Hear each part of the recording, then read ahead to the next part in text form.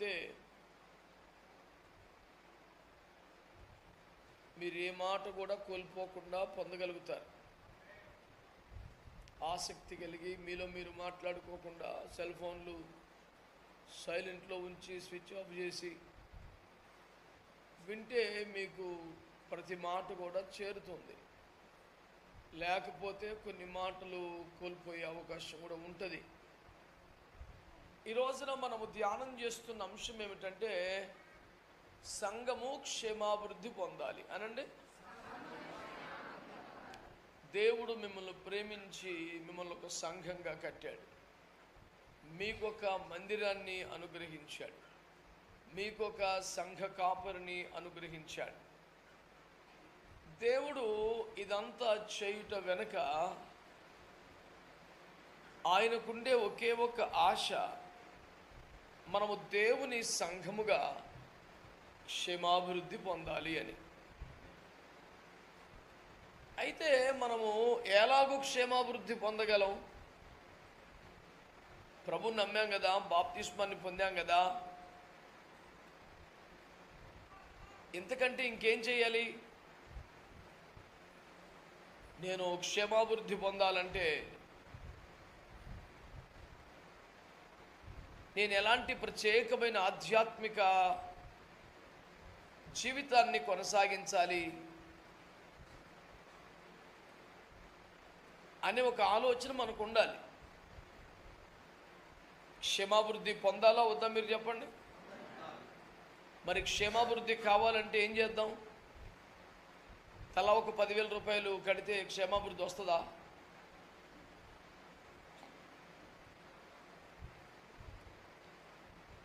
చాలామంది డబ్బు కోసం దేవుని సేవ చేసే పెద్ద పెద్ద వ్యక్తులు, మీరు ఆత్మీయంగా అభివృద్ధి పొందాలనుకుంటున్నారా? క్షేమాభివృద్ధి చెందాలనుకుంటున్నారా? ఆత్మలో వర్ధిల్లాలనుకుంటున్నారా? అలాగైతే మాకు కానుక పంపండి, మేము మీ కొరకు ప్రార్థన చేస్తామంటున్నారు కదా. అలా ఎవరికైనా ఒక మంచి కానుక ఇస్తే మనం క్షేమాభివృద్ధి పొందటం సాధ్యమైతే ఎందుకు ఇవ్వము? కడుపు మార్చుకుని ఇస్తాం. ఒక 10,000 పోతే పోయింది, ఖచ్చితంగా మనకు క్షేమాభివృద్ధి కలుగుతుంది, ఎందుకు ఇవ్వం? అంతకన్నా భాగ్యమే ఉంది. కానీ ఒకరి డబ్బుతోనో ఇంకొక దాంతోనో ఒక వ్యక్తికి క్షేమాభివృద్ధి వస్తుందా? మరి క్షేమాభివృద్ధి అక్కర్లేదా? కాబట్టి మనము క్షేమాభివృద్ధి పొందాలి అంటే ఏం చేయాలి అనేది, ఎలాంటి భక్తి చేయాలి అనేది మనము దేవుని వాక్యంలో నేర్చుకోవాలి. చాలామంది క్షేమాభివృద్ధి అంటే ఏమనుకుంటారంటే ఆత్మీయంగా వర్ధిల్లటం అనే ఆలోచన వారికి రాదు. వారికి ఎంతసేపు ఏముంటుంది క్షేమాభివృద్ధి అంటే, ఏ కీడు రోగము అపాయము యాక్సిడెంట్ అవ్వకుండా క్షేమంగా ఉండి ఆర్థికంగా వస్తు సంబంధంగా కొద్ది గొప్ప అభివృద్ధి పొందితే ఈ క్షేమము ప్లస్ అభివృద్ధి కలిసి క్షేమాభివృద్ధి అనుకుంటారు. ఏ రోగాలు రాకుండా యాక్సిడెంట్లు అవ్వకుండా క్షేమంగా ఉంటే క్రమక్రమంగా సైకిల్ నుంచి బండికి, బండి నుంచి కారుకి, గుడిసె నుంచి డాబాకి అభివృద్ధి పొందితే అదే క్షేమాభివృద్ధి అనుకునే వాళ్ళు చాలామంది ఉంటారు. కానీ బైబిల్ మాట్లాడుతున్న క్షేమాభివృద్ధి ఒక వ్యక్తి ఆత్మలో అభివృద్ధి అయ్యే దాని గురించి.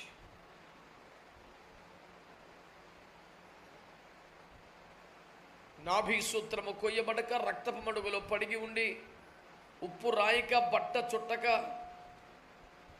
రక్తపు మడుగులో పొరలాడుతున్న దుస్థితి నుండి రానియగునంతగా సౌందర్యం పరిపూర్ణమై దేవుని ప్రక్కన నిలబడే స్థాయికి రావడం. ఎందుకే పులోమును పెంచుకెళ్ళిపోతున్నాం, హమ్మింగ్ రాట్లా?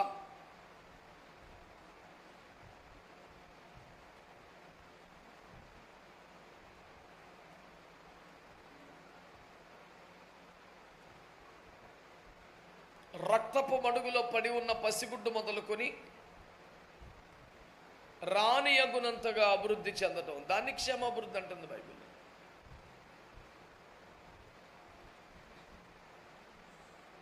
ఎరుకో త్రవలో రోడ్డు పక్కన గాయాలతో రక్తపు మడుగులో పడి ఉన్న స్థితి నుంచి ఒక్క ముడత, మచ్చ, డాగు, కలంకములైనంత ఆరోగ్యంతో పరిశుద్ధంగా నిర్దోషంగా దేవుని ముందు నిలబడగలగటాన్ని క్షేమాభివృద్ధి అంటుంది బైబిల్.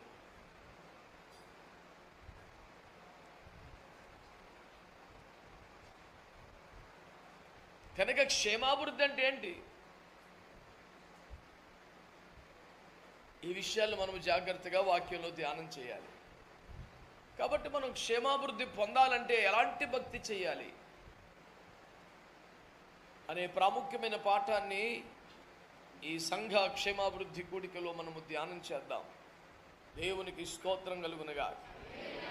హల్లెలూయా. ఎఫెసీ పత్రిక 4వ అధ్యాయం. నేను కొన్ని విషయాలు మీ ముందు పెడతాను, శ్రద్ధగా ధ్యానం చేసుకోవాలి.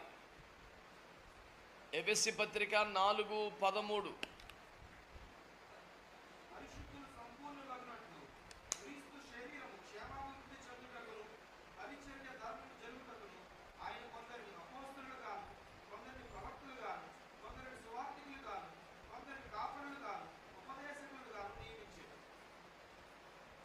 మైక్ పని చేయట్లేదా?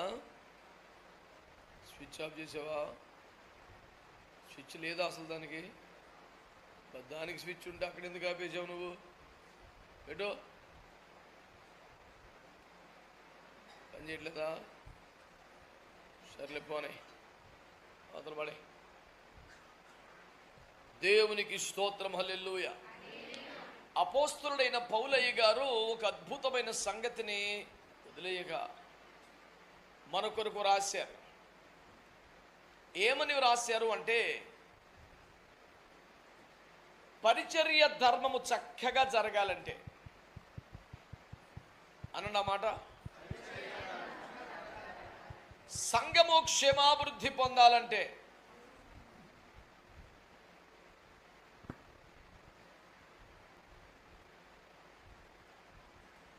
చెప్తారా మాట? సంఘము క్షేమాభివృద్ధి పొందాలి అంటే దానికి క్రమాలు ఉండాలని పౌలయ్య గారి ద్వారా దేవుడు పరిశుద్ధాత్మ చాలా స్పష్టంగా రాశారు. ఏమిటట? సంఘము క్షేమాభివృద్ధి పొందుటకును, పరిచర్య ధర్మము చక్కగా జరుగుటకును ఆయన కొందరిని అపోస్తలులు గాను, కొందరిని ప్రవక్తలు గాను, కొందరిని సువార్థికులు గాను, కొందరు కాపరులు గాను, కొందరు ఉపదేశకులు లేదా బోధకులు గాను నియమించెను అన్నాడు. మీరు బద్దాక బైబిల్ చదువుకుంటాం, నోట్స్ రాసుకుంటాం అయితే నేను చెప్పే మిస్ అవుతారు. రికార్డు చేస్తున్నారుగా, ప్రశాంతంగా వినొచ్చు. విలేకరులకు మించి రాసుకునేది ఏముంది? చూస్తా, వినండి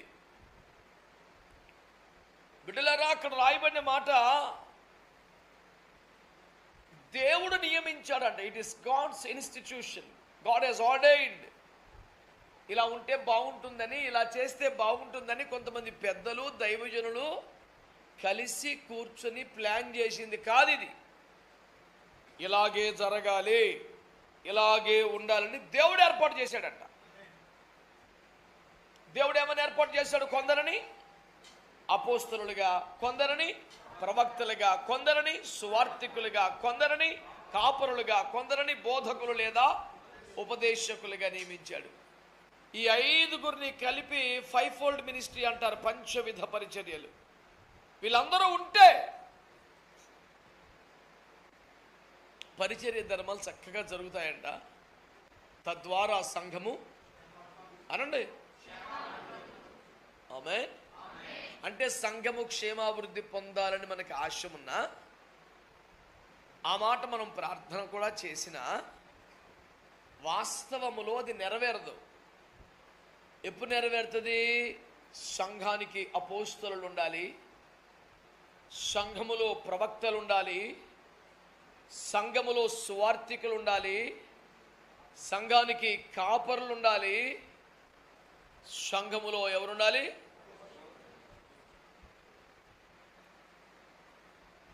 ఉపదేశకులు లేదా బోధకులు ఉండాలి.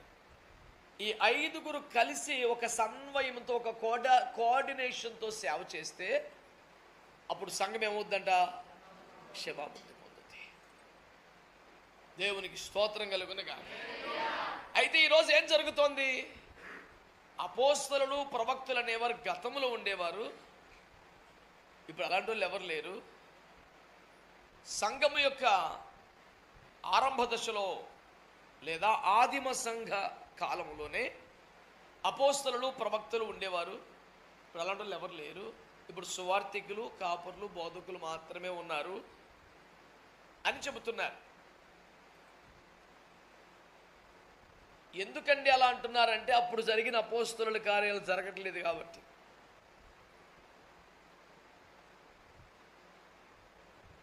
మరి అపోస్తలుల కార్యాలు ఇప్పుడు జరగట్లేదు కాబట్టి, పేతురులాగా కుంటోడి కాలు రావట్లేదు, గుడ్డోడి నడుస్తున్న చచ్చిపోయిన బతకట్లేదు కాబట్టి, కార్యములు జరగటం లేదు కనుక అపోస్తలులు లేరు అంటున్నారు.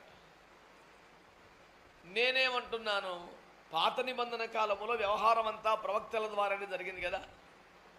మరి ఆ కాలంలో దేవుడు ప్రవక్తలతో మాటలాడని కోపగించుకున్న కాలం ఒకటి లేదా? యెహోవా తమకేమీ సెలవీయకపోయినా ఇదే యెహోవాకని జనం చెప్పి మోసం చేసిన ప్రవక్తలు లేరా? మరి దేవుడు ప్రవక్తలతో మాట్లాడడం మానేశాడు గనక, వారు యోగ్యంగా లేరు గనక, వారు నడిపింపులో లేరు గనక, తనకు కోపం పుట్టించారు గనక, దేవుడు ముఖము మరుగు చేశాడు గనక ప్రవక్తలు లేరా? దేవుడే లేడా? అందుకని బైబిల్లో కార్యములు అల్పమయ్యున్న కాలమును తృణీకరించువాడేవాడు. జకర్యా గ్రంథంలో మాట్లాడతాడు. ఏ సందర్భంలో? జెరుబ్బాబెలు మందిరం కట్టే సందర్భంలో ఆ రాజుగారు, ఏడిచావు, నువ్వే అడగడతావు గుడి, నన్ను కాదని, నేను పవర్లో ఉన్నా, నేను అధికారిని, రాజుని, నన్ను కాదని నా మాటను గట్టి గుడి కట్టగలవని ఒక చిన్న పాస్టర్ గారిని పట్టుకొని దేశానికి రాజే సవాల్ చేస్తే ఇంక పాస్టర్ గారు ఎక్కడ నిలబడతాడు? ఓ చిన్న మందిరాన్ని కట్టుకున్నాడు యాజకుడు, దానికి యాంటీగా నిలబడింది దేశానికే రాజుగారు. పైగా సవాల్ చేస్తాడు, రేయ్ నన్ను కాదని గుడి కట్టగలవా నీవు అని. పాస్టర్ గారు అల్లాడిపోతుంటే దేవుడు ఎంట్రీ ఇచ్చాడు. రేయ్ జెరుబ్బాబెలును అడ్డగించకుండా ఎంత మాత్రం ఆడు, నువ్వు కొండంత ఉన్నావు కానీ చదురుభూమిగా మార్చేస్తాను కాబట్టారని దేవుడు ఎంట్రీ ఇచ్చాడు. ఆ సందర్భంలో దేవుడు వాడిన మాట, కార్యములు అల్పమై ఉన్న కాలమున దేవుణ్ణి తృణీకరించేవాడు ఎవడో. ఆ కాలాన్ని తృణీకరించా. ఇప్పుడు ఎలాంటి కార్యాలు ఏమి లేవండి, ఎప్పుడో అయిపోయిందండి, ఇప్పుడు అవేమి లేవండి. ఒక పెద్ద దైవజనుడు, చాలా ప్రఖ్యాతిగా దైవజనుడు, స్వస్థతలు లేవు, అద్భుతాలు లేవు, అవి ఏమీ లేవని తొడగొట్టి మేసం తిప్పి మరీ సవాల్ చేస్తాయి. ఎవడైనా దమ్ముంటే రండిరా, నేను ₹1,00,000 ఇస్తా, 10 లక్షలు ఇస్తా, వారి దగ్గర డబ్బులు ఉన్నాయేమో అలా అంటూ ఉంటారు ఎప్పుడు. నేను కాస్త గట్టిగా మాట్లాడుతుంటాను కదని చాలామంది అయ్యగారులు నా దగ్గరికి వచ్చారా, ఫలానా అయ్యగారు స్వస్థతలు లేవు, అద్భుతాలు లేవంటున్నారు, మీరేమంటారు? అబ్బో అంత పెద్ద ఆయన లేవన్నాక నేనేమంటాను రా బాబు, ఆయనే కరెక్ట్ అన్నాను నేను. అది అంటానయ్యా, నువ్వన్నా కాస్త రోషంగా, నిర్మోహమాటంగా, నిర్భయంగా, ధైర్యంగా చెప్తావాడు, నువ్వు కూడా అలాగే మాట్లాడుతున్నావు అని ఫీల్ అయ్యారు. నేను అన్నాను, నాన్న మీరు అట్లా ఫీల్ అవ్వకండి, ఆయన పెద్ద ఆయన, చాలామందికి జ్వరం వచ్చినోడికి, తలకాయ నొప్పి వచ్చినోడికి ప్రార్థన చేసి చూశాడంట, తగ్గలేదంట, ఎంత చేసినా వర్కౌట్ అవ్వట్లేదు కాబట్టి లేవని చెప్పాడు, తప్పేముంది. మరి మావాడు ఒకటి చేస్తున్నాడు, తగ్గుతున్నాయి ఉన్నాయి మరి ఆడికి అంటే. ఇంతకీ మీరు ఏమంటున్నారు? ఏమన్నావు? ఆడెంత ట్రై చేసి అవ్వలేదు కాబట్టి వాడు లేదన్నాడు, వీడు ప్రార్థన చేసి అవుతుంది కాబట్టి ఉన్నాయి అన్నాడు. విశ్వాసం లేనోడికి, వరం లేనోడికి, కృప లేనోడికి లేవు, అవన్నీ ఉన్నోడికి ఉన్నాయి అని చెప్పా. మీకేమన్నా అర్థమైందా? అందరూ మీరు అంత సైలెంట్గా ఉంటారేంట్రా బాబు, అనరు అనరు అలాగే శాతపడి చేసినట్టుగా చూస్తారు నమ్మ. అబ్బా ఇప్పుడు నవ్వుతారు చూడు. మళ్ళీ సంఘం ఏమవ్వాలి చెప్పండి? క్షమాభివృద్ధి పొందడం అంటే చెప్పాను ఇందాక. అరే నాయన, మరి ఎంతోటి దానికి కొండెక్కింది సార్ బాబు. స్తోత్రం చెప్పండి. ఇందాక నేను చెప్పానా క్షేమాభివృద్ధి పొందంటే రక్తపు మడుగులో పడి ఉన్న పసిగుడ్డుగా ఉన్న దశ నుంచి రాణి యగునంతగా అభివృద్ధి పొందటం. ఎరికో త్రోవ పక్కన రక్తపు మడుగులో కొట్టుమిట్టాడుతున్న దశలో నుంచి ఒక మచ్చ కూడా లేనంతగా క్రీస్తు ముందు నిలబడగలగటం క్షేమాభివృద్ధి అంటే. అది జపనీస్ చేతులుగా మధ్యప్రదేశ్ మాత్రమే అభివృద్ధి అవటం కాదు, ఆర్థిక పరంగా ఎదగటం, సంఖ్యాపరంగా అభివృద్ధి, ఇది కాదు క్షేమాభివృద్ధి అంటే. క్రీస్తు రాకడలో పెండ్లి కుమార్తెగా పరిపూర్ణమైన మత్స ముడత డాగు కలంకమేమీ లేని నిర్దోషమైన పరిశుద్ధమైన మహిమ గల సంగముగా ఆయన ఎదుట నిలబడగలిగిన ఒక స్థాయి క్షేమభృతి. స్తోత్రం చెప్పాలని మీకు స్తోత్రం చెప్పాలని మీకు ఎందుకు అనిపించలేదు? నేను అడగలేదు కాబట్టి. నేను అడుగుతాక నాకేమన్నా అవసరమా? మీరు నాకు అప్పు ఇవ్వాలా? నేను అలాగ అప్పులు కూడా చేయను. యేసు రక్తమే చేయను. ఉంటే తింటం లేకపోతే పోతామే. దేవునికి స్తోత్రం. మీకు స్తోత్రం చెప్పాలి పెడితే చెప్పండి, చెప్పకూడదు అనిపిస్తే మానేయండి. నా స్తోత్రం ఏం చెప్పుకుంటా ఆత్రం నాకు ఉంది, నా గాత్రం కరెక్ట్గా ఉంది. దేవునికి స్తోత్రం. మీ అందరికి వందనాలు. వందనాలు చెప్తారు అంటారండి. చెప్పరే గట్టిగా. అదే చెప్పండి. సంఘం ఏమవ్వాలి? క్షేమాభివృద్ధి పొందాలంటే ఏముండాలట? సంఘములో అపోస్తలులు, ప్రవక్తలు, సువార్థికులు, కాపర్లు. మరి పెద్ద పెద్ద దగ్గరలో ఏమంటున్నారు? అవి ఎప్పుడో అయిపోయినాయి అన్నాడు. అలాంటి వాళ్ళు ఎవరు ఇప్పుడు లేదన్నాడు.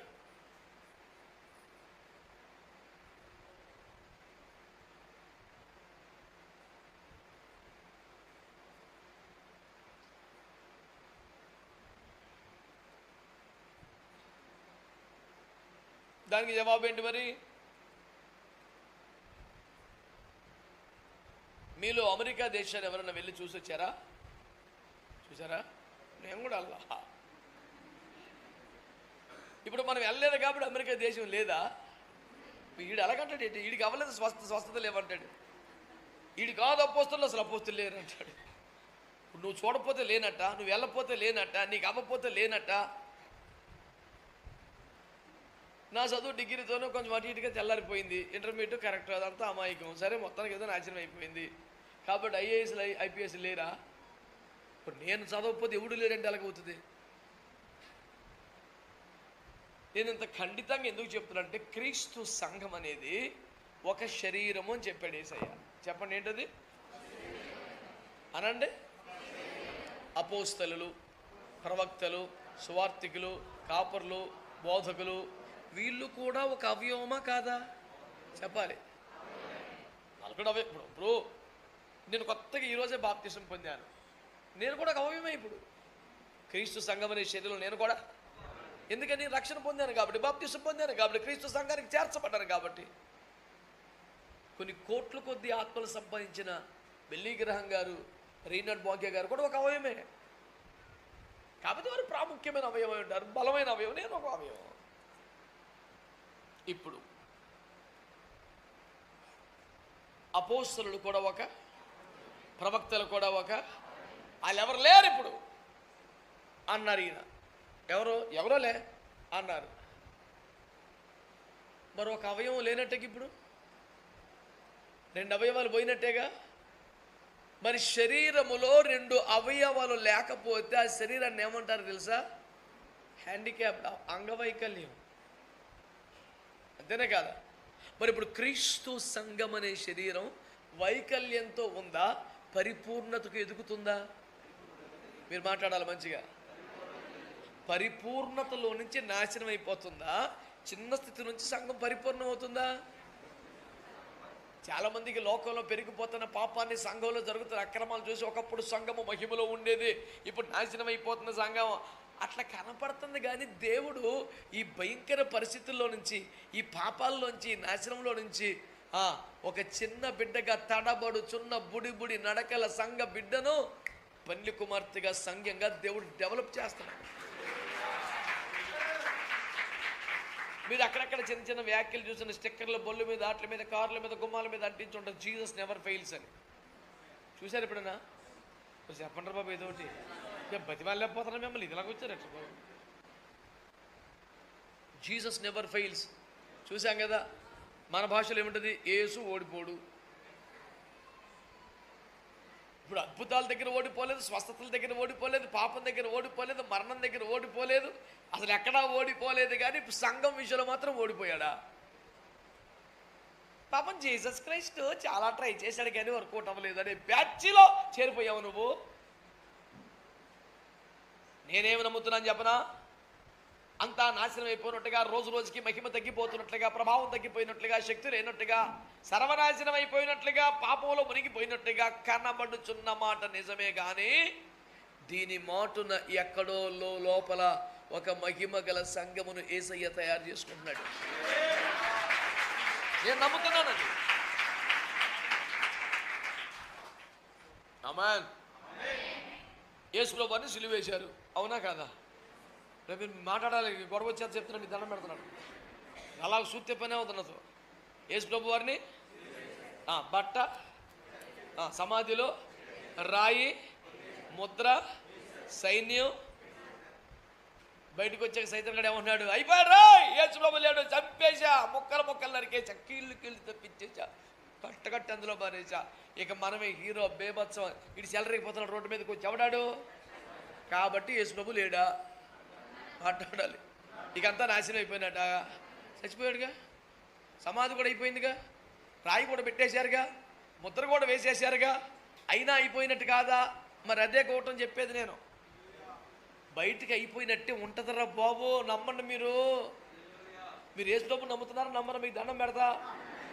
హల్లెలూయా. నన్ను పిచ్చోడు అనండి, మెంటలోడు అనండి, మీ ఇష్టం అనండి, నేను పడతా. కానీ యేసు ప్రభు అంటే నాకు నమ్మకం. మీరు నమ్మపైన మానేయండి, నేను నమ్ముతా. ఏమని నమ్ముతా? చనిపోయిన మాట నిజమే, సమాధి చేయబడ్డ మాట నిజమే, ముద్ర వేసిన మాట నిజమే, రాయి పెట్టిన మాట నిజమే, సంఖ్యలు వేసిన మాట నిజమే, సైన్యం పెట్టిన మాట నిజమే. కానీ లోపల మట్టి శరీరం అనండి, గాయపడ్డ శరీరం, రక్తం కారిన శరీరం, వడలిపోయిన శరీరం, నీరు కూడా లేని శరీరం లోపలే మహిమ శరీరముగా మారిపోయింది, పునరుత్థాన శరీరంగా మారిపోయింది. దేవునికి మహిమ కలుగును గాక. హల్లెలూయా. చెప్పో గట్టిగా. భద్రముగా సమాధి పైని పెద్ద రాతిని ఉంచిరి భటులు, ముద్ర వేసి రాత్రి అంతా నిద్రలేక కావలి ఉన్నా. చెప్పు ఇప్పుడేంటి? రక్తమే జయం. ఊరు ఇంత తిప్పలు పడ్డాం కదా, అందులో పెట్టాం కదా, రాయి వేసాం కదా, ముద్ర వేసాం కదా, నిద్ర లేకుండా కావలి ఉన్నాం కదా, అయినా సరే లేచేది పక్క యేసు రక్తమే. చచ్చిపోయి లేచినాడు, స్వామి భక్తుల కగుపడినాడు. అయితే ఏమిటా? చచ్చినను నేను లేపుతాడు. ఏంటి? చచ్చినను నన్ను లేపుతాడు, సావు అంటే భయపడవలదు. మనం పెద్ద హీరోలమని, బీభత్సమని, ఏదైనా చేసేయగలమని కాదు. ఎన్ని రకాలుగా మొక్కలు నరికి చంపేసినా ఆయన లేపగలడు అని.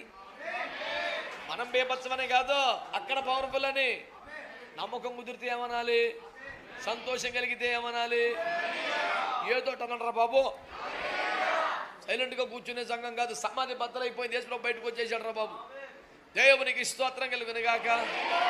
అంతా అయిపోయింది, యేసు ప్రభుని చంపేసాం, ఇక మనకు అడ్డు లేడు, యేసు ప్రభువే లేడు, అంతా బీభత్సహ, మనదే రాజ్యమహ, మనమే కింగహ అనుకుంటే నాశనమహ. ఏమీ లేదు అక్కడ. సమాధి గుండె చీల్చి బలున బయటకు వచ్చి నిలబడితే యేసు రక్తమే జయం. శుక్రవారం చీకటి పడక ముందే చీకటి పడిపోయింది, పొద్దుకోక ముందే చీకటి అయిపోయింది, ఆరవక ముందే చీకటి ఉండిపోయింది. ఆదివారం రోజు తెల్లారు ముందే ప్రపంచానికి వెలుగు వచ్చేసి యేసు రక్తమే. ఎవరంటే వచ్చేవాడు? యేసు రక్తమే. యేసు నాపగలవా? దేవునికి మహిమ కలుగునుగా. సత్యాన్ని సమాధి చేయగలడా? జీవాన్ని తొక్కిపట్టగలడా? ప్రభువుని ఆపగలడా? యేసు లేకుండా చేయగలడా లోకానికి ఎవడైనా? ఏమనుకున్నావు ఆయన గురించి? వాళ్ళ గురించి ఎందుకులే, మన బ్యాచే ఉన్నారు కదా. ఇప్పుడు అవతల పార్టీ వాడు అంటే విమర్శిస్తాడు, రూలు హక్కు కరెక్టు. మన పార్టీకి ఏమొచ్చింది?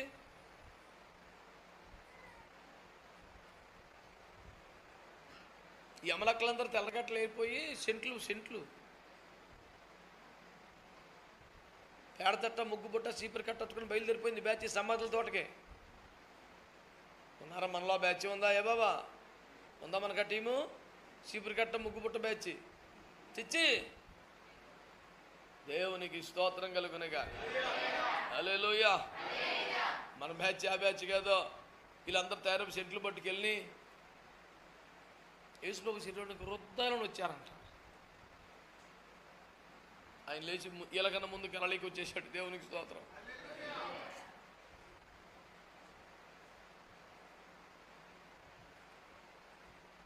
వీళ్ళు ఇంకా చచ్చిపోయిన శవం కదా, కులిపోతుంది, వాసన వస్తుంది, సెంటు కొడదామని బయలుదేరి అత్తరు సుగంధ ద్రవ్యములు తీసుకుని స్త్రీలు తెల్లవారుజామునే వెళ్ళిపోయారంట. వీళ్ళు సిద్ధపడి సెంటెట్కెళ్ళిలో యేసుప్రభు సమాధి గుండి చిలిచి పునరుద్ధరణని బయటకు వచ్చేసాడు. నీ చేత సోకులు అంటించుకునే రకం కాదు, నిన్ను పెండ్లి కుమార్తెగా తయారు చేస్తున్న దేవుడు ఆయన. దేవునికి స్తోత్రం కలుగునుగా. చెప్పారా గట్టిగా? కనుక సంఘం ఎప్పుడు వైకల్యం అవ్వదు. సంఘం అంగవైకల్యం కాదు. సంఘంలో కొన్ని అవయవాలు పాడైపోలా, సంఘంలో నాశనం అవ్వలా. ఇన్ఫాక్ట్ పసికోనగా 2000 సంవత్సరాల క్రితం ఉన్న సంఘం ఇప్పుడు పెండ్లి కుమార్తెగా అభివృద్ధి చెందుతుంది. దేవునికి స్తోత్రం కలుగునగా. కనుక సంఘానికి ఎవరుండాలి?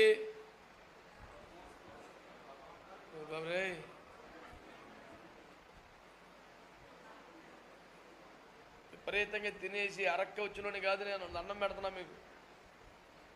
ఓపిక లేకపోయినా కుమారుడు పిలిచాడు కానీ నాన్న సావులు తినడు వస్తే మీరు నన్ను ఇంకా చంపేసేలా ఉన్నారు మీరు. కనుక సంఘానికి ఎవరుండాలి? అపోస్తలులు ఉండాలి. సంఘంలో ఎవరుండాలి? సంఘములు ఎవరుండాలి? సంఘానికి ఎవరుండాలి?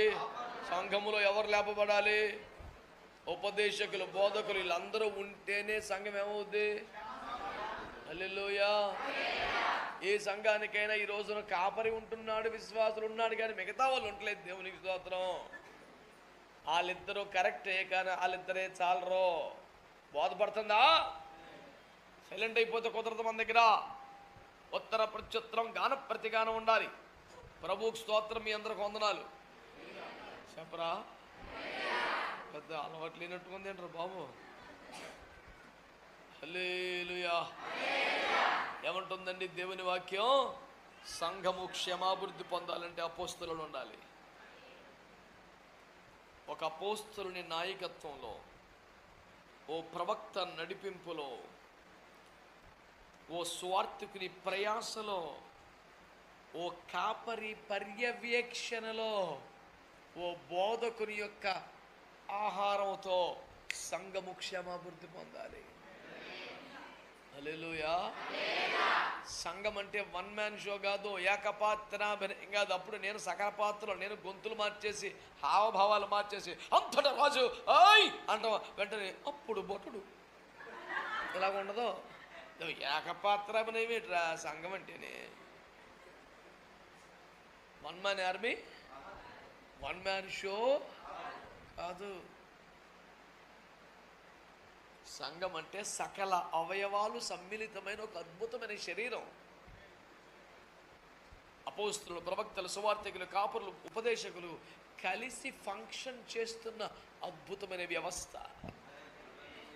ఇలా 5 సంఘానికి ఉంటేనే సంఘం ఏమవుద్ది? గట్టిగా చెప్పండి, ఏమవుద్ది?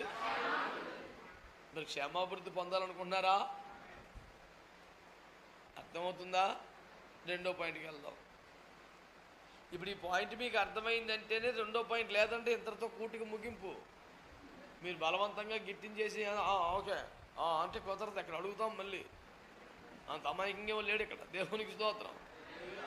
ఎందుకు ఇలా గొడవ వచ్చింది? అర్థమైంది భాష గారు, మీరు చెప్పండి, పర్లేదు. మాకేం అర్థం అవ్వకపోయినా అర్థమైనట్టుగా చెప్తా ఉంటాం, నువ్వు సాగించేయి. భూమి మీద నేనే దొరికాను అమాయకుని మీకు. దేవుడికి స్తోత్రం. హల్లెలూయా.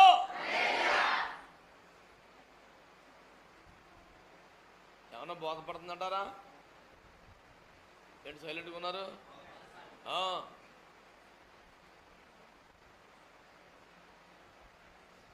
సంఘము క్షేమాభివృద్ధి పొందాలంటే అపోస్తలులు సంఘానికి ఉండాలి, ప్రవక్తల సంఘానికి ఉండాలి, సువార్థికులు ఆత్మల సంపాదనలో ప్రయాసపడాలి, కాపరి పర్యవేక్షణలో నడిపింపులో అందరూ కుదురుగా బతకాలి, ఉపదేశకులు వచ్చి వాక్యంతో బలపరుస్తూ ఉండాలి. ఈ 5 ఉంటే సంఘం. అపోస్తలులు, ప్రవక్తలు, సువార్థికులు, కాపర్లు 5 ఏళ్ళు కలిపితే మొక్కలుతారు. ఇదే బేభత్సం. మరి ఇది ఒకటే ఉంటే ఏం చేసుకుంటుంది? ఇది నోట్లో వేసి కూర్చుంటమే. అన్నీ ఉండాలి. మరి దేవునికి స్తోత్రం. హల్లెలూయా. 2nd పాయింట్, 3వ కొరింథీ పత్రిక తీసేస్తున్నాయమ్మా.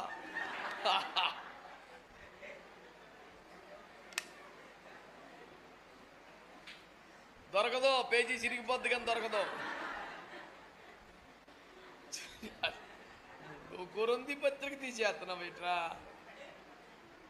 పౌలు కొరింథీయులకు రాసిన మొదటి పత్రిక 8వ అధ్యాయం 1వ వచనం చదువు.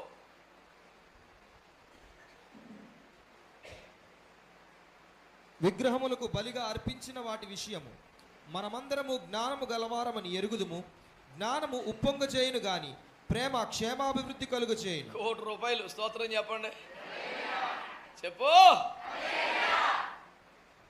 జ్ఞానము ఉప్పొంగ చేయును గాని ప్రేమ. సంఘానికి క్షేమాభివృద్ధి కలగాలంటే ఏముండాలి?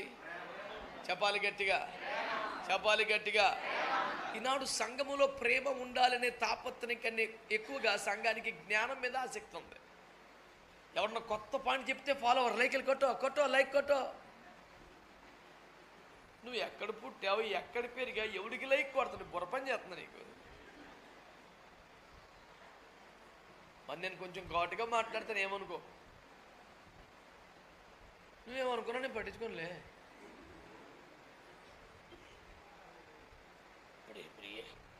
ఎక్కడ ప్రసంగం బాగుంటుందని లైకులు కొట్టేసుకుంటూ వెళ్ళిపోతే ఎలాగ దేవునికి స్తోత్రం. ఇప్పుడు మన ఇల్లు కన్నా ఇంకోటి మంచి ఇల్లు కట్టాడు కాబట్టి ఏం చేద్దాం?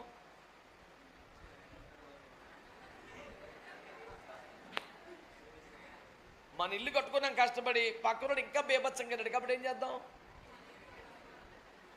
మరి ఏ విధముగా చూసినా ఇల్లు చాలా బాగున్నది కనుక మెల్లిగా మంది గుడిసైనా అడిది డాబా అయినా మన కొంప మంది. అవునా కాదా? హంసతూనిగా తల్పములపై వాడు తేలియాడు, నా చాప మీదే మనం పడుకున్నా మన కొంప మనదే.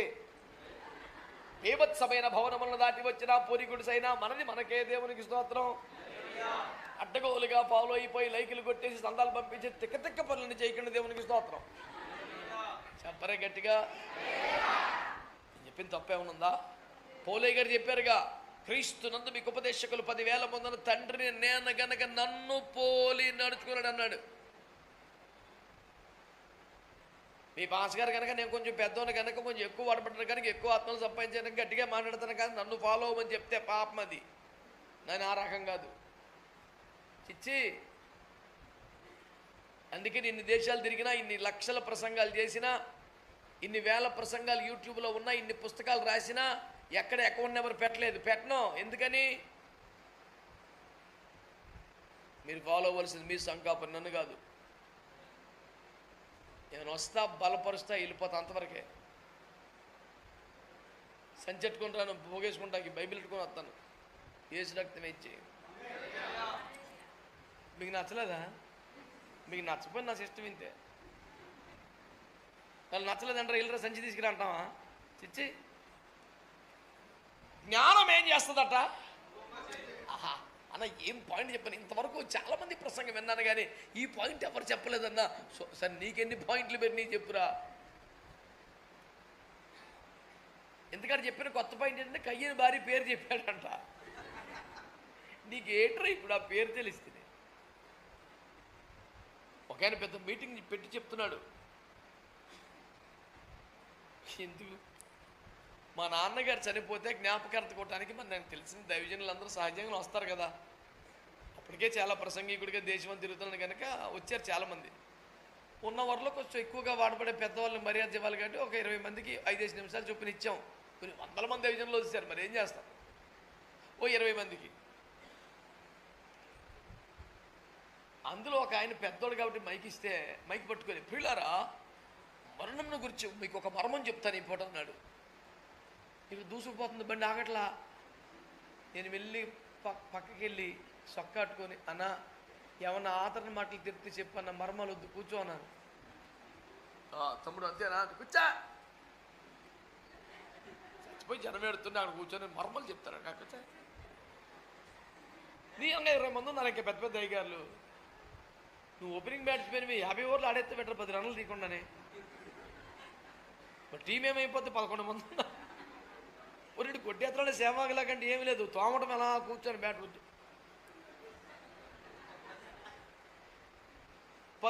అయిపోయింది, ఒక్క రన్ లేదు.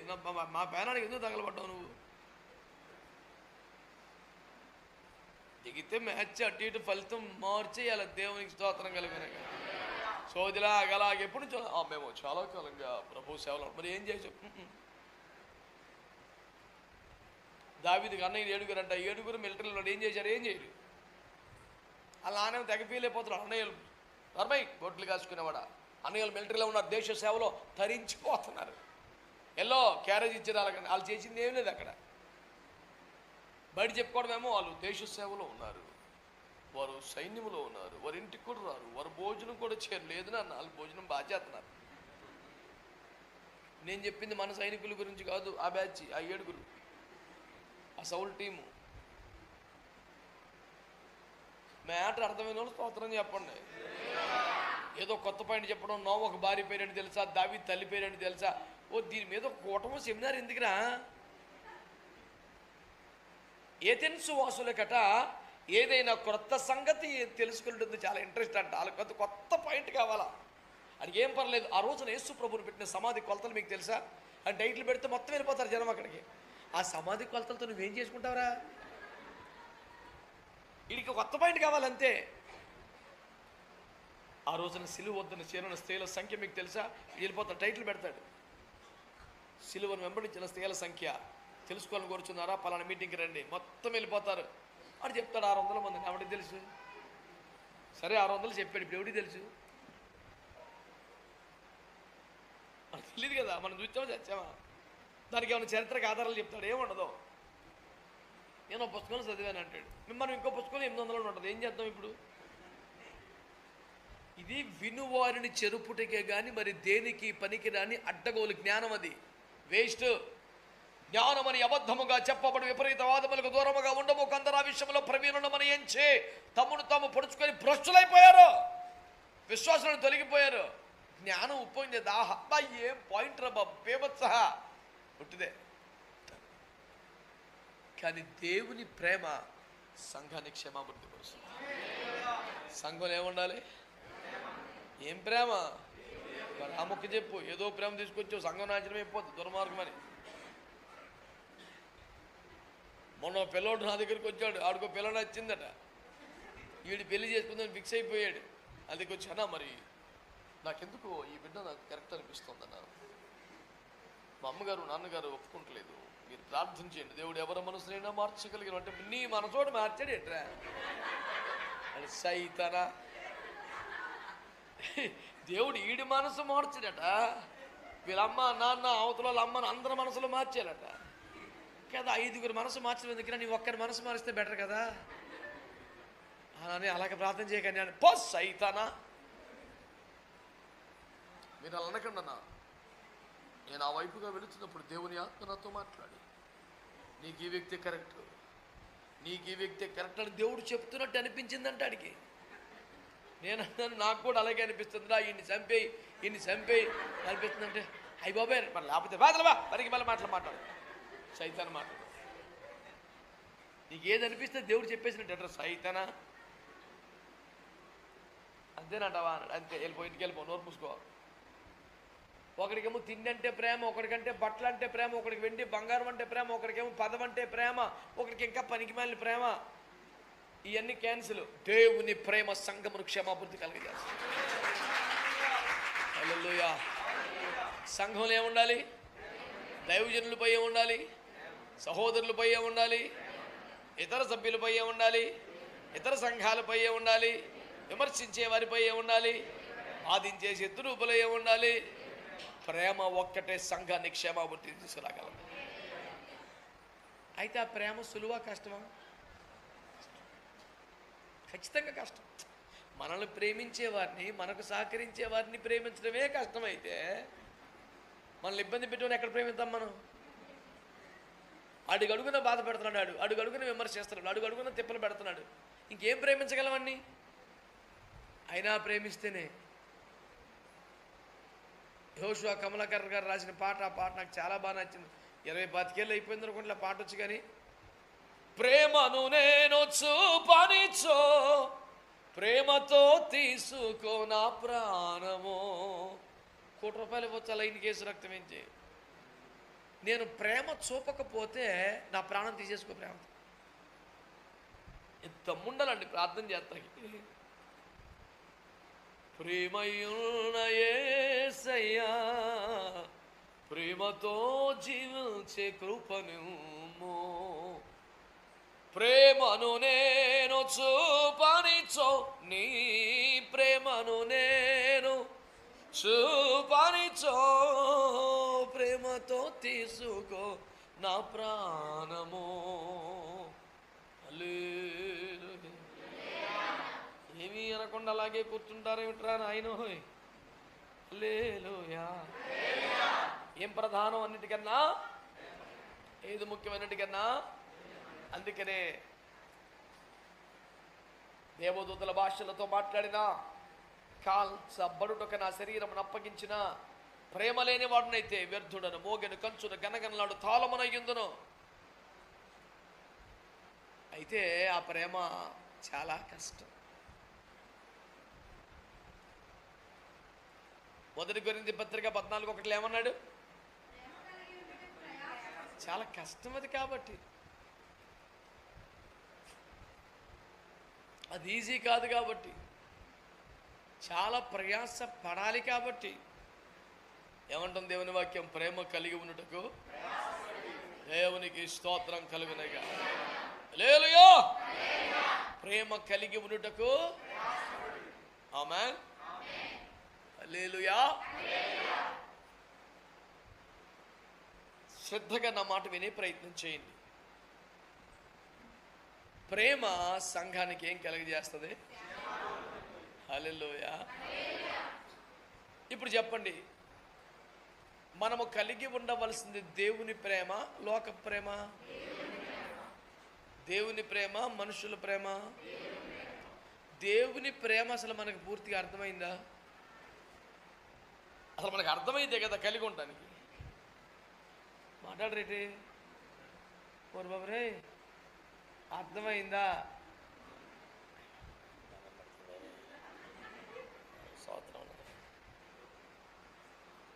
సీరియస్ ఫెలోస్ అందరినీ పోగేసుకొచ్చావు ఎక్కడి నుంచి? దేవునికి స్తోత్రం. హల్లెలూయా. ఎఫెసీ పత్రిక 4:16 చివరిలో ₹1,00,00,000 మాట రాశాడు. ఇది కొంచెం నాకు తగిలే పెట్టచ్చు కదా, ఎక్కడో కాదు ఎటో పోతుంది అది. ఇదిగా ఇక్కడ ఉంటే వస్తుంది, ఇక్కడికి రావాలా. సదరరే, మీరు అంతరంగ పురుషుని యందు శక్తి కలిగి ఆయన ఆత్మ వలన బలపరచబడినట్లుగాను, క్రీస్తు మీ హృదయంలో విశ్వాసము ద్వారా నివసించినట్లుగాను తన మహిమైశ్వర్యము చొప్పున మీకు దయచేయవలననియు, మీరు దేవుని సంపూర్ణత యందు పూర్ణులగునట్లుగా ప్రేమ యందు వేరుపారి స్థిరపడి సమస్త పరిశుద్ధులతో కూడా దాని వెడల్పును పొడుగు లోతు ఎత్తు ఎంతో గ్రహించుకొనుటకును, జ్ఞానమునకు మించిన క్రీస్తు ప్రేమను తెలుసుకొనుటకును తగిన శక్తి గలవారు కావాలననియు ప్రార్థించుచున్నాను. స్తోత్రం చెప్తారండి. ఆ చదివే పిల్లోడు నా ఆత్మీయ కుమారుడు. అర్థమైందా? అది ఎవడు అనుకున్నారు మీరు? చిన్న చితకవుడు కాదు, చాలా పెద్ద మనిషే. స్తోత్రం. మరి ఢిల్లీకి రాజైన తండ్రి కొడుకే కదండి. స్తోత్రం చెప్పరా? హల్లెలూయా. ఇప్పుడు నా మాట వినండి బిడ్డలారా. అక్కడ ఎవరంటే సమస్త పరిశుద్ధులతో కలిసి ఆ ప్రేమ యొక్క ఎత్తు లోతు పొడవు వెడల్పు గ్రహించుటకు. అంటే దేవుని ప్రేమ అర్థం చేసుకోవాలంటే ఒంటరిగా గదిలో ఇంటర్నెట్లో సెట్ అవ్వదంట. సమస్త పరిశుద్ధులతో కలిసి ధ్యానం చేస్తేనే అర్థమైందంట. హలో, నేను సోలోగా స్టడీ చేస్తా. నేను చర్చికి కూడా రానక్కర్లా. ఏం చేస్తున్నావు ఇంటికాడ? దేవుని ప్రేమను ధ్యానించుచున్నాను. నీకు తెలవదు, అర్థమవ్వదు. అదంట ఒంటరి ధ్యానాలలో ఏకాంతంలో దొరకదట. అది చెప్పు. సమస్త పరిశుద్ధులతో కలిసి ధ్యానం చేస్తేనే అర్థమైందంట. కనుక దేవుని ప్రేమ వలనే సంఘం క్షేమాభివృద్ధి అవుద్ది. ఆ ప్రేమ చాలా ప్రయాసపడితే కానీ నీకు దక్కదో. అర్థం చేసుకోవాలంటే ఒంటరిగా కుదరదు.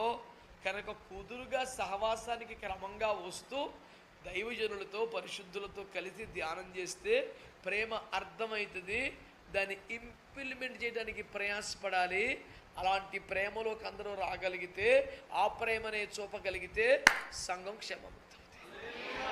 దేవునికి స్తోత్రం కలుగునుగా. హల్లెలూయా. మొదటి తెస్సలోనికెళ్ళి 3వ పాయింట్ చెప్తున్నాను. 2 చెప్పాను మీకు. 1 అపోస్తలులు, ప్రవక్తలు, కాపులు, సువార్తికులు అందరూ ఉంటేనే క్షేమాభివృద్ధి అవుతుంది. 2 దేవుని ప్రేమ కలిగి ఉంటేనే క్షేమాభివృద్ధి. 3 ప్రేమలో భాగం అది. మొదటి తెస్సలోనికెళ్ళి 5:11 కాబట్టి మీరు ఇప్పుడు చేయుచున్నట్టుగానే ఒకరినొకడు ఆదరించి ఒకరినొకడు క్షేమాభివృద్ధి కలుగ చేయుడి. ఏమన్నాడండి? ఒకరినొకరు ఆదరించుకొనుట ద్వారా క్షేమాభివృద్ధి కలుగు చేయుడి. స్తోత్రం చెప్పండి. సంఘము క్షేమాభివృద్ధి పొందాలంటే మనం ఏం చేయాలంట? ఒకరినొకరు చెప్పండి. ఒకరినొకరు. కొంతమంది సంఘానికి వస్తారు కానండి, ఆయా గయా బస్ కుछ नहीं करेगा वो. విగ్రహ పుష్టి, నైవేద్య నష్టి చూసుకొని మన వాళ్ళు చెప్పుకొని ఏడవాలి. ఆడేం చేయడు. సంఘములో తోటి సహోదరులు ఎవరికో యాక్సిడెంట్ అవుతూ భయంకర రోగం ఉండటమో, హాస్పిటల్లో పట్టమో, కుటుంబం అంతా దుఃఖంలో శోకలు ఉంటారు. అయినా సరే ఇది ఏం చిన్న ఫీలింగ్ ఉంటుంది. ఇడికి చర్చికి వస్తాడు, కూర్చుంటాడు, ఆమెనంగా వెళ్ళిపోతాడు. ఒరే నువ్వు మనిషివా విగ్రహమా? నీకు ప్రాణం ఉందా లేకపోతే నువ్వు ఒక బొమ్మ టైపా? అదేంట్రా అసలు బతుకున్నావు చచ్చిపోయావా? నాకు డౌట్ వచ్చింది.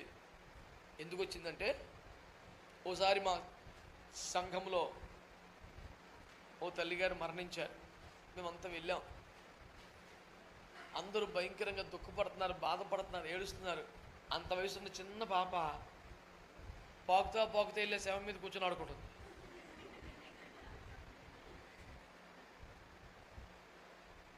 ఇందులో బాధాకరమైన విషయం ఏంటంటే, చనిపోయింది అప్పుడు దాని తల్లే, దానికి తెలియట్లా. 2 పాయింట్లు చెప్తాను. చిన్నపిల్ల కనుక దానికి ఏమి, అందరి హృదయాలు చెలించిపోతున్నాయి. అసలు బొత్తిగా స్పందన లేనిది ఆ తల్లే. ఎందుకు స్పందన లేదు? చచ్చిపోయింది కదా. ఎంతమంది ఏడుస్తుంటే చిన్నపిల్లలు చూసేనా చలనం లేదు. కారణం ఏంటి? చచ్చిపోయింది. మరి సంఘంలో ఇంత నష్టం జరిగితే, ఇంత కష్టం జరిగితే, ఇంత బాధ వస్తే, ఇంత దర్శనం ఉంటే, ఇంత ప్రయాసం ఉంటే, ఇంత పేరం ఉంటే, ఇన్ని బాధలు ఉంటే నీకు అసలు ఏం ఫీలింగ్ లేదేట్రా మరి? అంటే బహుశా ప్రభునందు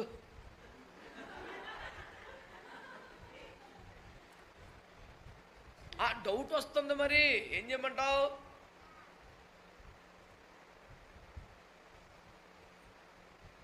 మీరు ఒకరినొకరు ఆదరించుకున్న ద్వారా క్షేమాభివృద్ధి కలుగజేయండి అంటాడు.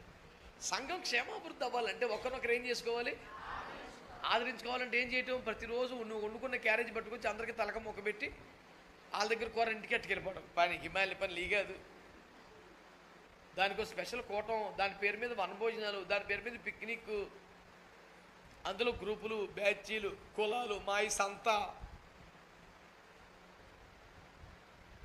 ప్రేమ విందులో కూడా పాలు పొందిన సన్నాసి రకవాడు పార్కులో మీటింగ్ ఇంటి ముందు వచ్చేస్తాడు. ఎందుకంటే అక్కడ డ్యాన్స్ చేస్తే వీడికి అక్కడ బూట్లు వేసుకొని, మండసైన్ వేసుకొని, మెల్ల కుక్క గొలుసంత బంగారం వేసి 3 గుండీలు ఇప్పేసి అందరినీ పలకించడం ఇంట్రెస్ట్ అడిగి. శుభ్రంగా ఉండేవాడు సడన్గా గుండీలు ఇప్పేసాడు ఆడు. అదేంటంటే వేసాడు చేయను ఒకటి. ఇక నేను బాడీ బిల్డింగ్ చూడలేక ఏమన్నా పోన్లేరా కొన్ని గుండీలన్నీ పెట్టి చైన్ పైనుంచి చేసుకోరా, పోనీ దండం పెడతాను, నీకు ఆన్సర్ నేను చేయనేగా, మాకెందుకు విశ్వరూప ప్రదర్శన ఏటో నేను అది జీవము గల దేవుని మందిరములో జనులు ఎలాగూ ప్రవర్తించాలో తెలుసుకోవాలని వాక్యంలో ఉంది. ఇష్టానుసారంగా వేసాలు ఎత్తాక ఏంటిది? క్లబ్బా, బస్ స్టాండా? ఇల్లు అలాంటి పెద్ద పెద్ద నేర్చుకొని బస్ స్టాండ్లో కూర్చో పూటంతా దేవుని కృపలో. దేవుని స్తోత్రం. ఏం చెప్పేది ఏమైనా బాధపడుతుందా? ఒకరినొకరు ఏం చేయాలండి? వాళ్ళు కష్టంలో ఉన్నారు, బాధలో ఉన్నారు. నీ దగ్గర డబ్బులు లేకపోతే కనీసం వీళ్ళమ్మా బాధపడకండి తల్లి, మిమ్మల్ని ఆదుకోగలిగిన స్తోమత మాకు లేదు, కానీ నమ్మకంగా మీకోసం ప్రార్థన చేస్తామమ్మా, చేతులు ఎత్తాం తల్లి, ధైర్యంగా ఉండమ్మా. మీరు హాస్పిటల్లో ఉన్నారు, మేము గదిలో మోకాల మీద ఉంటాం తల్లి. ఎంత ఆదరణ అండి. ఏ డబ్బులే ఇచ్చేయాలండి దరిద్రానికి. అలా కావాలి డబ్బులు, పద్దాక డబ్బులు, పనికిమాల డబ్బులని. నీ ప్రేమ కదా, నీ ఆదరణ కదా, నీ మాట కదా, నువ్వు వెళ్ళి చేసే ప్రార్థన కదా, నువ్వు పరామర్శ కదా. ఇడిచికొడితే ఒక 50 రూపాయలు అట్టుపళ్ళు పట్టుకెళ్ళి ఆ పేషెంట్ చేతిలో పెట్టి ప్రార్థన చేస్తే 50 రూపాయలు కదా, 5 లక్షల రూపాయల ఆదరణ కలుగుద్దా మనిషికి? డబ్బులా ముఖ్యం దరిద్రం అని. నీ ప్రేమ కదా, నీ మాట కదా, నీ కన్నీరు కదా, నీ ప్రార్థన కదా. అసలు ఆదరించాలని ఉంటే ఏదో ఒకటి చేయొచ్చు.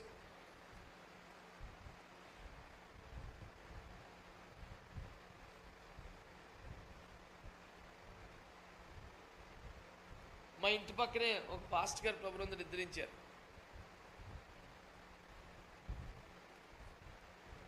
ఆ పాస్టమ్మ గారు పిల్లలు దిక్కుతోచనగా శోకంలో మునిగిపోయారు. ఎక్కడెక్కడి నుంచో భక్తులు వచ్చారు. అక్కడ టెంట్లు వేసే దగ్గర నుంచి, అక్కడ సౌండ్ పెట్టే దగ్గర నుంచి, అక్కడ పాటలు పాడే దగ్గర నుంచి, వస్తూ పోతున్న వాళ్ళకి ఏమన్నా వాష్రూమ్స్ లాంటి ఏర్పాట్లు చేయడం మొదలుకొని, వాళ్ళకి ఛాయలు కాఫీలు ఇవ్వడం దగ్గర నుంచి, భూస్థాపన అయిపోగానే వచ్చిన స్నానాలు చేయడానికి ఏర్పాట్ల దగ్గర నుంచి, వచ్చిన వాళ్ళందరికీ భోజనాలు పెట్టే దగ్గర నుంచి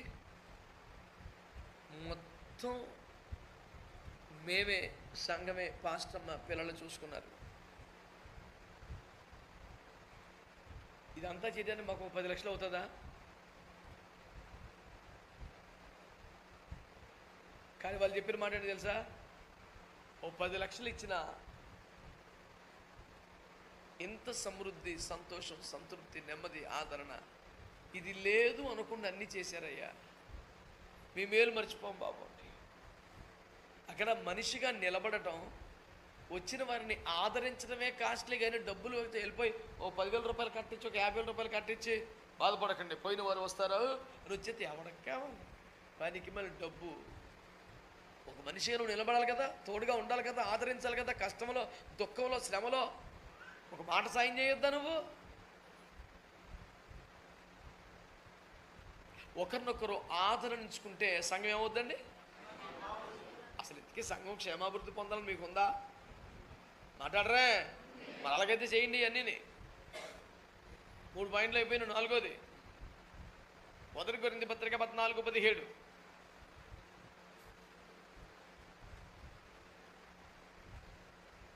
చదువయ్యా. నీవైతే బాగుగానే కృతజ్ఞతాస్తుతులు చెల్లించుచున్నావు గాని ఎదుటివాడు క్షేమాభివృద్ధి పొందడు. నేను మీ అందరికంటే ఎక్కువగా, అక్కడ వాక్యంలో 16వ వచనం కూడా చదువు నాన్న, 16 కూడా చదువు. లేని ఎడల నీవు ఆత్మతో స్తోత్రము చెప్పినప్పుడు ఉపదేశము పొందినవాడు ఉపదేశము పొందనివాడు నీవు చెప్పు దానిని గ్రహింపలేడు గనుక నీవు కృతజ్ఞతాస్తుతులు చెల్లించినప్పుడు ఆమెన్ అని వాడు ఎలాగు పలుకును? నీవైతే బాగుగానే కృతజ్ఞతాస్తుతులు చెల్లించుచున్నావు గాని ఎదుటివాడు క్షేమాభివృద్ధి పొందడు. ఎదుటివాడు ఇప్పుడు క్షేమాభివృద్ధి ఎందుకు పొందడు? నువ్వేదో మాట్లాడావు, భాషలతో మాట్లాడావు, ప్రవచనం చెప్పావు, ఏదో భాషలు మాట్లాడావు, దేవుని మర్మములను బట్టి నువ్వు కృతజ్ఞతాస్తుతులు చెల్లించావు. కానీ నువ్వు చెప్పింది ఎదుటివాడికి అర్థం కాలేదు కాబట్టి వాడు ఏకీభవించడు, ఆమెన్ అనడు, కాబట్టి వాడు క్షేమాభివృద్ధి పొందడని చెప్పాడు. అవునా కాదా? అక్కడ కాన్సెప్ట్ ఏంటి? భాషలు మాట్లాడడం కన్నా ప్రవచనం బెటరు. నువ్వు భాషలు మాట్లాడితే వచ్చినోడికి అర్థమవుతుంది కాబట్టి వాడు ఏకీభవించడు. నువ్వు మాట్లాడి నువ్వు బాగానే క్షేమాభివృద్ధి పొందుతున్నావు, కానీ ఏకీభవించకపోవటం వల్ల వాడు క్షేమాభివృద్ధి పొందట్లేదు. వాడు కూడా ఏకీభిస్తే వాడు కూడా క్షేమాభివృద్ధి వస్తుంది. అందుకనే ప్రవచనం మాట్లాడు అన్నాడు. స్తోత్రం చెప్పండి.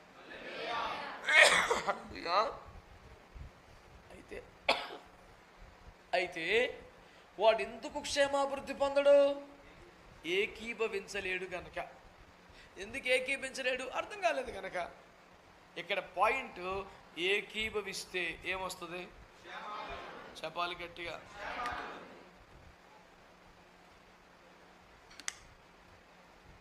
నాన్ స్టాప్గా దడదలాడితా AK-47 లాగా ప్రసంగం పేలిపోవడం చేతగా కాదు. మధ్యలో చెప్పండి, ఏకీభవించండి, మాట్లాడండి, మౌనంగా ఉండకండి. ఇప్పుడు మీరు అందరూ ఓతవైపోతే నేను చెప్పలేనట్టు వాక్యం. సమస్య అది కాదు. ఏకీభవించకపోతే మీరు క్షమాభివృద్ధి పొందరంట.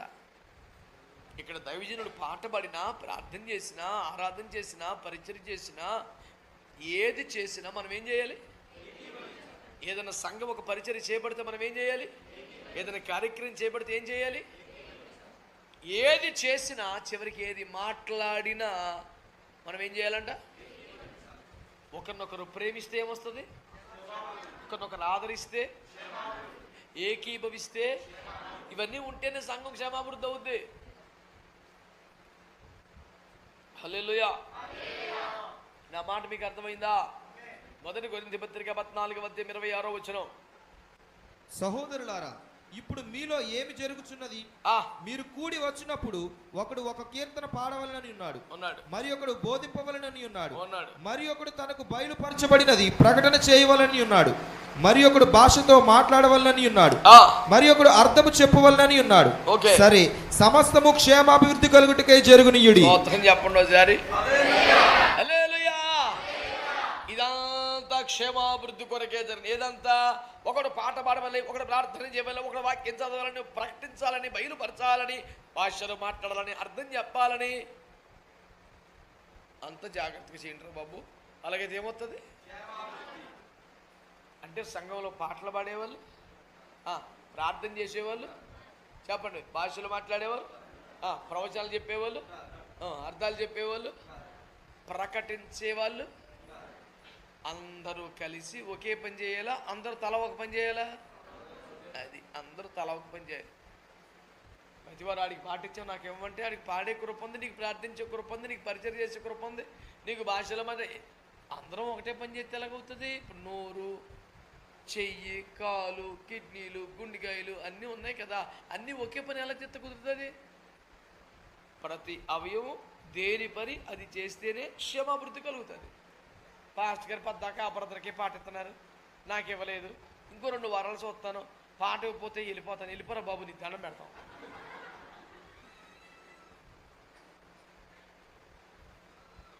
ఒకరోజు ఏడ్చి వదిలేస్తాను, రోజు ఏడిపోయి నీతో ఒకసారి మా బేరానికి.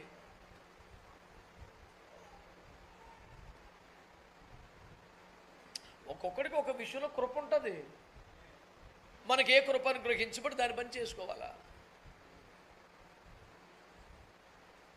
మా సారథి ఉంటాడు, వాహనం నడిపించే డ్రైవర్ గారు. అంతు పొంతు లేకుండా తిరుగుతూనే ఉంటాం కారులో పడి, రాత్రి బావల్లో. నైట్ అంతా ట్రావెల్ చేయాలి కాబట్టి నువ్వు పడుకోనా, మేము ప్రార్థనలకు వెళ్తాం, నువ్వు మాతో పాటు తెల్లవారులు మీటింగ్లు కూర్చొని మళ్ళీ బండి తోలాలంటే కష్టమైంది అంటే చచ్చా ప్రాణం పోయిన పడుకోడు, వచ్చి మాతో కూర్చుంటాడు ప్రార్థనలో. 12 అవుద్ది, 1 గంట అవుద్ది, కారు ఎక్కగానే మొత్తం అందరం పడుకుని పోతాం. ఆయన పడుకోడు, ఆయన పడుకుంటే వేసి రక్తమే చేయం.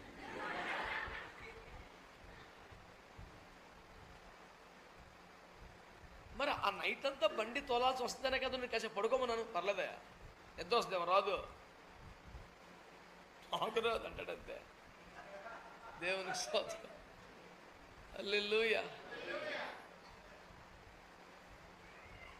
అదొక విశేషమైన కృప అందరికీ ఉండదు.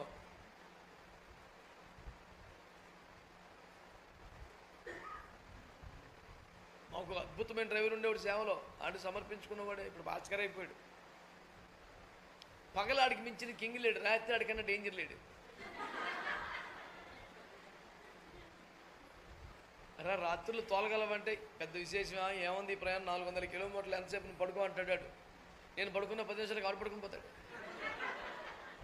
కారు ఎక్కడికి వెళ్ళిపోతాడు, రే అంటే అయ్యా నిద్ర వచ్చేస్తున్నాయి, మరి తోలుతాను అన్నాను కానీ కుదరతలేదు అంటాడు. అన్ని పడుకోబెట్టి నేను తోలుకొచ్చా బోల్సార్లు, మనకి ఏం చేయను?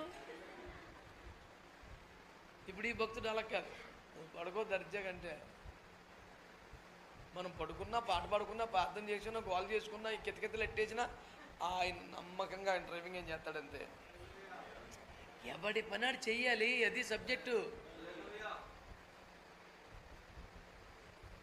పాపం ఎప్పుడు అన్నయ్య తోలుతాను, నేను తోలుతామని కారు ఎక్కితే కారు రోడ్డు మీద వెళ్ళాలని గ్యారంటీ ఉంది, ఎటో ఒకటి వెళ్ళిపోతుంది. కాబట్టి అందరూ మైక్ మీద ఆశ పెట్టుకోకండి. ముఖం బాగుందా, ముఖం బాగుందంటే అర్థం ఏంటంటే గుండెకే బాగా పనిచేస్తుంది. ఇక్కడ తేడా వస్తే ముఖంలో కనబడిపోతుంది. ఇది కొంచెం తేడాగా ఉందండి ఫేసు, పర్లేదు బాగానే ఉందంటే అర్థం ఏంటంటే లోపల కరెక్ట్గా పనిచేస్తుందని. మరి ముఖం బాగా కనపడేలాగా పనిచేసే గుండెకే కనపడితే కనపడకూడదు. ఈయనప్పుడు లోపలే దాగి ఉండాలా, నువ్వే అందరూ కనపడాలా, నేను కూడా బయటకు వస్తానంటే నువ్వు స్టేజీ మీద కనబడిపోయినా నువ్వు గుండెకాయలు అంటుడు రా బాబు, నువ్వు సంఘానికి చాలా ఇంపార్టెంట్. నువ్వు తెంగరంలాగా పొద్దాక అప్పుడు వాళ్ళే ఉన్నారు చెప్పేదా ఊరికా ఎన్నిపోసి కనపడకూడదు, పేగులు కనపడకూడదు, కిడ్నీలు కనపడకూడదు.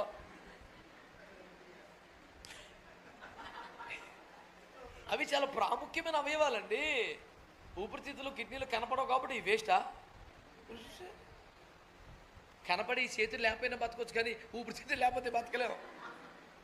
2 చేతులు 2 కాళ్ళు లేకపోయినా బతికే, ఊపిరితిత్తులు లేకపోతే ఎలాగా? మాట్లాడరేంటి? అందుకని సంఘంలో ఒక్కొక్కరు ఒక్కొక్క అవయవం కలిసి పని చేసుకోవాలి, ఎవరి పనాలు చేసుకోవాలా. అంతేగాని ఇప్పుడు ఆ బ్రదర్కే, ఇప్పుడు ఆ సిస్టర్కే, పాస్ట్ గారు మాకు అవకాశం లేదు, నువ్వు వెన్నెముకలు అంటే నువ్వు ఉంటేనే సంఘం ఉంటుంది, అలాగని వెనుపోసి ఎదరికొచ్చేస్తే అలాగ అవుతుంది.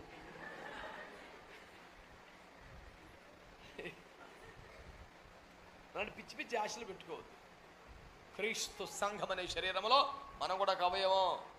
మన బహుమానం మనకు ఉంటుంది, మన సింహాసనం ఉంటుంది, మన కిరీటం ఉంటుంది. ఏం బెంగపడుకో. ఇక్కడ ఓ పొలము రోడ్డు మీదకి వచ్చేస్తేనే కాదు, చేజి ఎక్కేస్తేనే కాదు, మైకట్టేసుకుంటేనే కాదు, ఏసు రక్తం వేజ్జేయం. సంఘం ఎప్పుడు క్షేమాభివృద్ధి పొందుద్ది? అందరం కలిసి తలా ఒక పని అనండి. అందరం కలిసి ఎవరి పని వారు అనండి. అలా చేస్తే సంఘం ఏమవుద్దంట? స్తోత్రం. ఎన్ని చెప్పాను మీకు? చెప్పండి. 1 అపోస్తలుడు, ప్రవక్తలు, సువార్తికులు, కాపురులు, బోధకులు ఉంటే. 2 దేవుని ప్రేమ ఉంటే. మళ్ళీ ఉత్తి ప్రేమ అనకండి, దెబ్బలు పడతాయి. 3 ఒకరినొకరు. 4 సంఘములో ప్రతి పరిచర్యలో మనం ఏం చేయాలి? 5 చెప్పండి. 5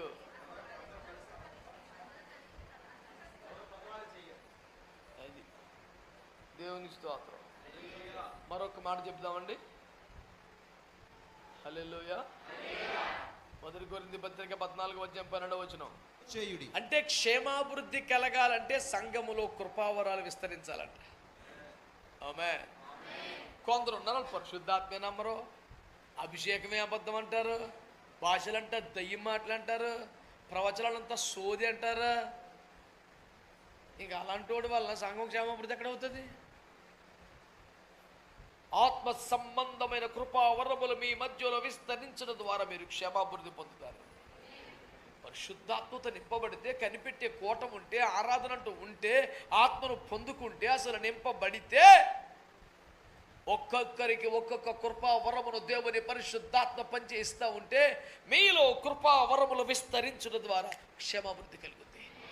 అసలు ఆత్మ నమ్మకపోతే ఆదివారం తప్ప ఆత్మకోవటానికి రావు, ఉపాసుకోవటానికి రావు, ఆరాధన టైం అయిపోయి కొత్తావు, ప్రసంగం టైంకి వస్తావు, లాస్ట్లో సందేశం పారిపోతావు. వేస్ట్. ఉత్తి జనాభా లెక్కలో ఉత్తి వేస్ట్. చెప్తున్నాను కదా, ఎవరో నువ్వే చెప్తున్నాను కదా. ఒక ఆత్మకోవటాన్ని రాకుండా, ఆత్మను పొందుకోకుండా, ఏకీపించకుండా, కృపవరాలు పొందకుండా ఆఖరిలో వచ్చి ముందెళ్ళిపోతావు చూడు, ఆ నువ్వే. మొగమాటం ఏమీ లేదు. వేస్ట్.